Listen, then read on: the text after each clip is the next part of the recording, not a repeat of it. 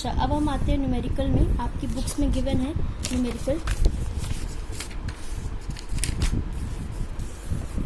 पहले hots and application पे आते हैं। Do you agree that MPC can not be negative but APS can be, given the fact that there is a positive relationship between saving and income?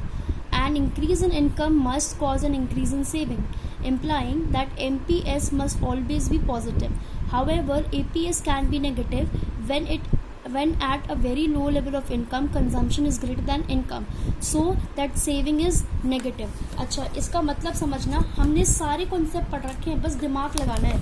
ये क्या कहना चाह रहे हैं? ये कहना चाह रहे हैं कि MPS कभी भी नेगेटिव नहीं हो सकता, ठीक है, और APS नेगेटिव हो सकता है, ठीक है, बिल्कुल सही बात है। अब ज़रा मैं ये वाला बताऊं, 0, 20, -20 ये था, ठीक है, उसके बाद 50, 60, -10 ये था, ठीक है। अब मुझे बताओ, जब हम एवरेज प्रोपेंसिटी टू सेव निकालते हैं, that is saving upon income, तो सेविंग कितनी है? -20 अपॉन 0, ठीक है, इसका तो खैर कुछ है ही नहीं। -10 अपॉन 50, तो वैल्यू किस में आएगी? नेगेटिव आएगी। तो एपीएस तो नेगेटिव हो सकता है, लेकिन एमपीएस ये बोल रहे हैं क्या नेगेटिव हो सकता है? नहीं हो सकता। क्यों? क्योंकि देखो, जब भी किसी की एडिशनल इनकम होती है तो वो सेव करना प्रेफर करता है। एडिशनल इनकम होती है तो वो सेव करना प्रेफर करता है। वो बोल रहे हैं कि सेविंग और इनकम में, एडिशनल इनकम में, ठीक है, हमेशा एक पॉजिटिव रिलेशनशिप होता है, ठीक है, हमेशा एक पॉजिटिव रिलेशनशिप होता है। और यहाँ पर मैम फिर माइनस क्यों आया? यहाँ पर माइनस इसलिए आया बेटा क्योंकि यहाँ पर कंज्यूमर ने क्या प्रेफर किया? कंजम्पशन करना प्रेफर किया, ठीक है, ज्यादा कंजम्पशन करना प्रेफर किया, इसीलिए सेविंग से गया हमारा, ठीक है, और इसीलिए हमारा एमपीएस नेगेटिव आ सकता है। लेकिन अगर मैं बात करूं इनकम और सेविंग के रिलेशनशिप की, तो इनकम और सेविंग तो पॉजिटिव रिलेशनशिप शेयर करते हैं। आपके पास अगर इनकम आएगी तो आप भी प्रेफर करोगे ना सेव करना, ठीक है, जब तक ये वाली सिचुएशन ना आ जाए कि मतलब इनकम है ही नहीं फिर भी आपको कंजम्पशन करनी है ज्यादा, ठीक है, तब भी आपको लो लेवल ऑफ इनकम पे भी कंजम्पशन करनी है। तो लो लेवल ऑफ इनकम पे जब कंजम्पशन करनी है तो कंजम्पशन ज्यादा होगी इनकम से, कंजम्पशन क्या होगी? ज्यादा होगी इनकम से, क्योंकि आप लो इनकम है ही नहीं ज्यादा, कंजम्पशन ज्यादा है, तो ऑब्वियस सी बात है कि आपका वो इनकम कहाँ से आएगी जो आप यहाँ खर्च कर रहे हो? वो कहाँ से आएगी? सेविंग से ही तो आएगी। इसीलिए average propensity to save negative हो सकता है, लेकिन एडिशनल इनकम, और देखो अगर 100 रुपए ऐड हुआ है तो इस 100 रुपए में से आपका सेविंग भी बढ़ेगा और कंजम्पशन भी बढ़ेगा, ठीक है, तो ये कभी नेगेटिव नहीं हो सकता क्योंकि एडिशनल इनकम से हमेशा आप सेविंग को भी चेंज करोगे। एडिशनल इनकम से आप हमेशा सेविंग को भी चेंज करोगे। Getting my point? अच्छा, अब आते हैं, देखो ये वाले न्यूमेरिकल है, इसमें कुछ नहीं है, कंप्लीट द फॉलोइंग टेबल बोला गया है। इनकम दी है, सेविंग दी है, आपको मार्जिनल प्रोपेंसिटी टू कंज्यूम निकालना है, ठीक है, और एवरेज प्रोपेंसिटी टू कंज्यूम। अच्छा, अब इसका फॉर्मूला क्या होता है? Change in C upon change in Y, और इसका फॉर्मूला होता है सी अपॉन वाई, ये फॉर्मूला होता है। सेविंग गिवन है, इनकम गिवन है, y is equals to C plus S, ये फॉर्मूला पढ़ा था। अब अगर मेरे पास इनकम है, मेरे पास सेविंग है, मुझे ये निकालना है, एक और कॉलम बना लो, सी लिख लो और निकाल लो जरा। यहाँ पे देखो सिंपल से, पहला तो -20 है, इसी को यहाँ पे क्या लिख दो? 20 लिख दो, ठीक है, उसके बाद इसको जरा क्रॉस मल्टीप्लाई करो, y माइनस एस क्या हो जाएगा? c हो जाएगा, y माइनस एस c, निकल गया c। इनकम में से सेविंग माइनस करते जाओ, कंजम्पशन आता जाएगा, क्लियर। और उसके बाद फॉर्मूले में पुट कर दो। चेंज कैसे निकलेगा? This minus this, this minus this, this minus this. Change का मतलब क्या हुआ कि मेरी इनकम में चेंज हुई, कितनी इनकम में चेंज हुआ? 50। उस चेंज्ड इनकम से मतलब 50 रुपए से मैंने कितना एडिशनल सेव किया, कितना एडिशनल कंज्यूम किया। एडिशनल की बात कर रही हूँ मैं यहाँ पे, पूरे 100 रुपए की बात नहीं कर रही हूँ मैं, सिर्फ ये एडिशनल की बात कर रही हूँ, क्लियर, ठीक है, ये सब वैसे ही है।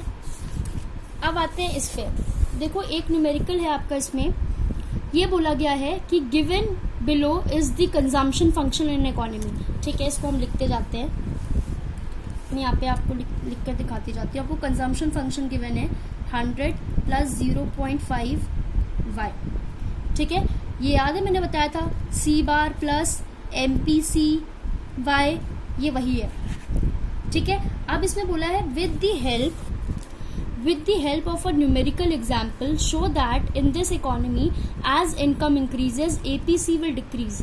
इन्होंने बोला कि अब हमें ये शो करो कि जैसे जैसे इनकम इंक्रीज होती है इकोनॉमी में APC मतलब average propensity to consume decrease होती है। एवरेज प्रोपेंसिटी टू कंज्यूम का मतलब क्या है कि मेरा जो इनकम से प्रपोर्शन है कंज्यूम करने का वो डिक्रीज होता जाएगा, कंजम्पशन इंक्रीज होगी। देखो एक हमने एग्जांपल लिया था, फिर से आते हैं जरा इस पे।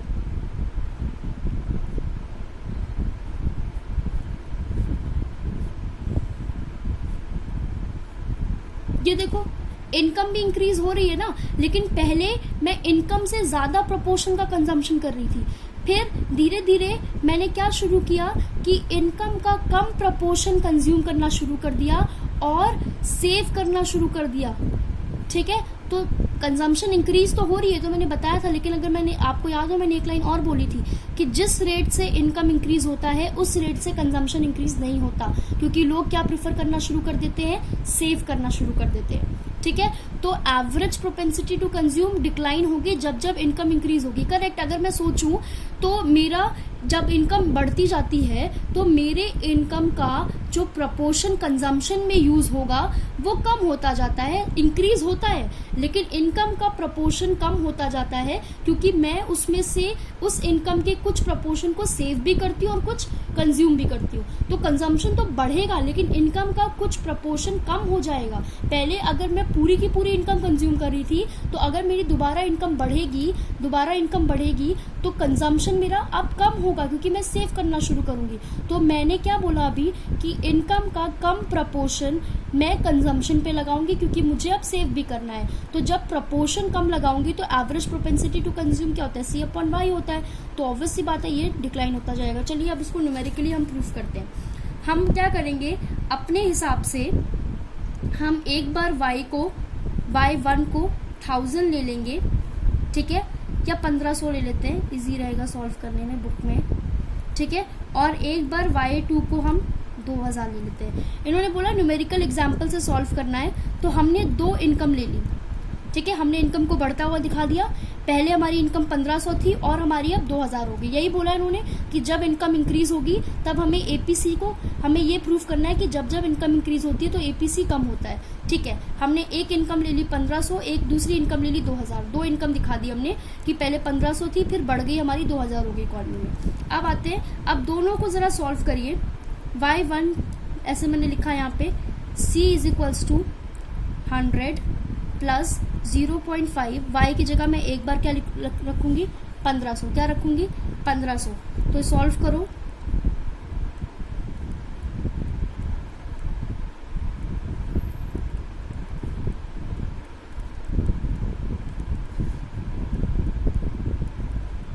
ये हुआ 0.57 आ गया, ठीक है।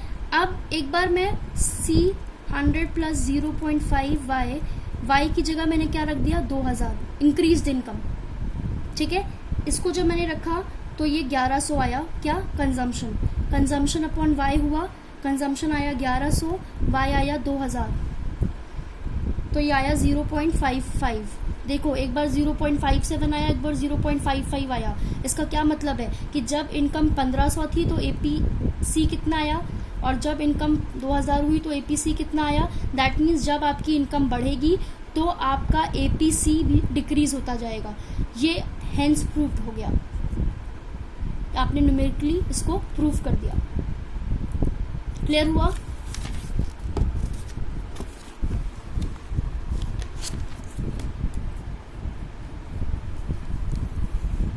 देखो अब एक नेक्स्ट क्वेश्चन गिवन है, find autonomous consumption and total consumption when saving function is इतना, ठीक है।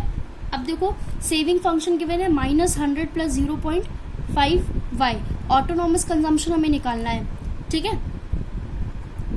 अब देखो ऑटोनॉमस कंजम्पशन निकालना है तो हमें ये -100 गिवन है, -100 गिवन है ना, ठीक है। अब हमने क्या किया, इसमें